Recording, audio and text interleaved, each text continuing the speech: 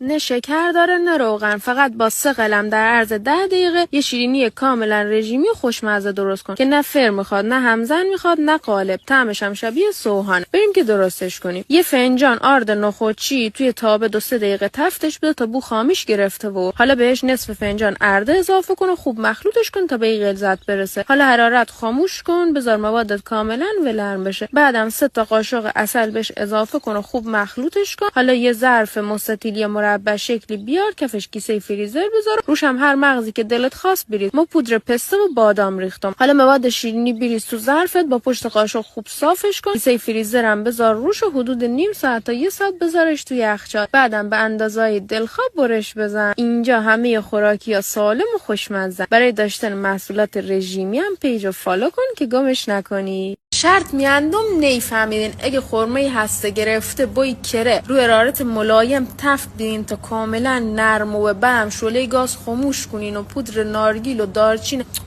پودر هل و دارچینش اضافه بکنین. بعدم بین 2 تا پلاستیک فریزری بینین شو بوی وردنه پهنش کنین. حالا وردنه هم دم دستت نوی مثل ما نوی، بوی هر چی دلت خواست پهنش کن. ما بوی یه بطری اومدنی صافش کردیم، بوی دست بوی هر چی دم دستت بی صافش کن. یه شکل مستطیلی درش بیار در هر صورت که بتونی بیسکویتات روش بچینی. خلاصه در آخرم بوی کنجد و پودر نارگیل اگه دلتون خواست حسابی رومالش کنین و نیم ساعت هم بینینش تو فریزر تا خوش بگیره. بم به این صورت برشش بزنید. یه خرمه پذیرایی خیلی خوشمزه و شیکی دارین که مطمئنم اگه سی مهمانات هم درست کنین همشان عاشق شیون. این پستم حتما سیوش کنین که گمش نکنین. سی دوستاتون هم بفرستین که تو مهمونیا خیلی به دردشان میخوره. لایک هم یادت نره.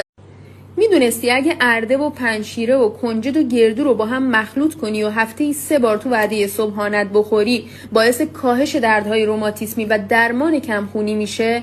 حالا اگه تو هم تصمیم گرفتی به جای محصولات صنعتی و مضر از محصولات ارگانیک و رژیمی استفاده کنی، توصیه میکنم هایلایت 43 پیجم رو حتما ببین.